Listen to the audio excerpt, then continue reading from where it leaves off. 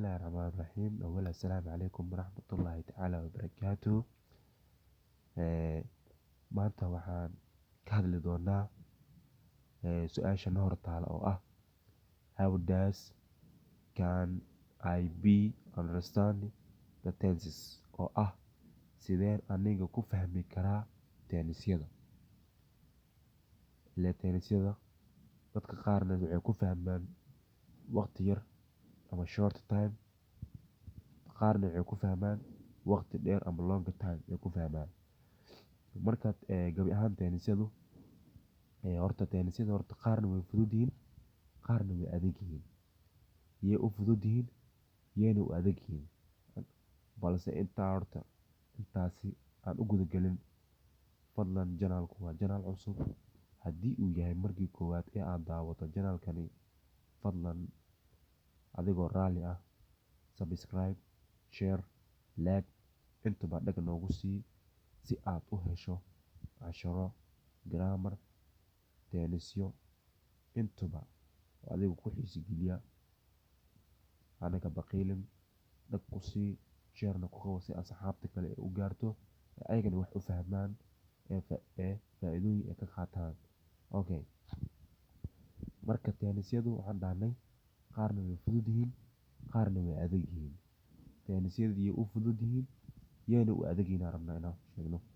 Teenisyadu horta ardayda teenis horta marka adiga waxaan lahay teeniska markaad soo qaadatid, haddaan markaa macalinka ama teacherka sharaxaad aad kasoo fahanto, kadib in adiga dib ugu noqoto aad practiceyso example-ada oo macalinka ama teacher kusoo siiyey, example ka duwan ama another examples oo adiga maskaxda ama mindkaada aad ka keensatay inaad sameyso, aad bedesho, kadib aad teacherka aad u celiso aa loo baahan yahay.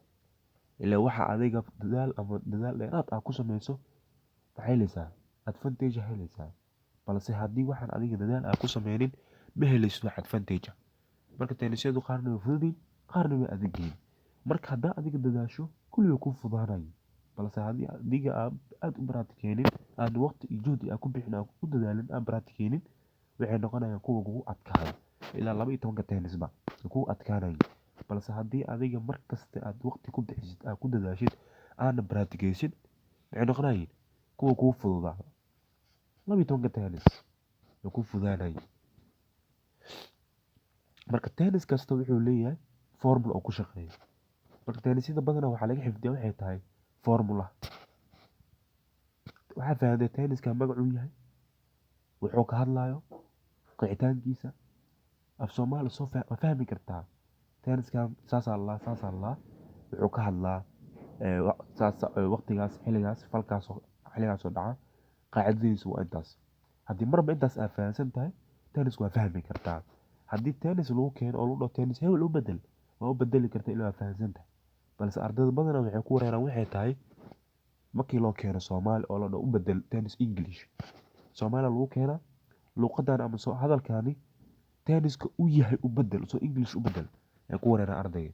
Taasina iyadana lagu wareeray waxay tahay Soomaali lagu keeno waxaad fiirisaa sharciga Soomaaligaasi teenisku waafaqsan yahay, teenisku yahay. Inta horta adiga bedelin aad iswaalin hadalka meesha kugu qoran teenisku waafaqsan yahay. Ilaa Soomaali kasta oo teenis ah teenisku waafaqsan yahay sax. Tusaale ahaan waxaan dhahay aniga waan sameeyaa gaariga sida uu aabahay u sameeyo maalin kasta. Ay qoran maxaa fahma horta hadalka meesha uu qorna fahma horta teenis aan teeniska u yahay oo u fadhiyaa. Waan fiiri waxaan dhahay anigu waan sameeyaa, goormaan sameeyaa, maalin kasta sameeyaa sax. Gaariga anna goortii ama markii uu aabahay sameeyo maalin kasta. Aabahayna goorma sameeyaa maalin kasta sameeyaa, labadeen maalin kasta sameeyaa. Ana maalin kasta sameeyaa, aabahayna maalin kasta sameeyaa. Marka Soomaaligaasi teenisku waafaqsan yahay, teeniska loo waafaqsan yahay, kadib maxaa waa ka shaqeysan kartaa marka. Balse haddii Soomaaliga aad fahmin teenisku waafaqsan yahay, kama shaqeyn kartid. Muhiimadu waxa waaye Soomaaliga meesha ku yaalo waa inaad fahmi kartaa teenisku uu waafaqsan yahay, kadib waa ka shaqeyn kartaa. Balse ardaydu way iswaalaan ayagoo fiirin teeniska uu waafaqsan yahay hadalkaas Soomaaliga. Marka adigoo iswaalin isdeji horta waxaan dhahdaa hadalkan meesha u yaala muxuu waafaqsan yahay tenniska waafaqsan yahay ma tennis koowaada ma tenniska labaada ma tenniska 12aada ma tenniska 8aada ma tennis 9aada 10aada iska fiir horta kadib u bedel markii laakiin markii laga hadlayo English oo tennis uu ku qoran yahay oo tennis kale u bedel for example waxa ay qoran waxa la yiraahdaa tennis 12aada ay qoran waxa la yiraahdaa u bedel tenniska 9aada markaas waa fahmi karaa sax ilaa markaas ma xifdina formula xifdina kana xataa Soomaali xataa formula balse formula ka soo horeey Soomaaliga meesha ku qoran tennisku waafaqsan yahay bis la fiiraaday Soomaali meesha ku qoran tennisku waafaqsan yahay ama waxa dhihi kartaa Soomaaliga ama hadalka meesha ugu qoran dhacdada waa goormo dhacay goormo dhuxuga tusaale hada aan u soo qaatay waa dhacdo maalin kasta dhacda saasa marka waxa u dhahay waa tenniska labaad aan u dhahay haddii ahaata ka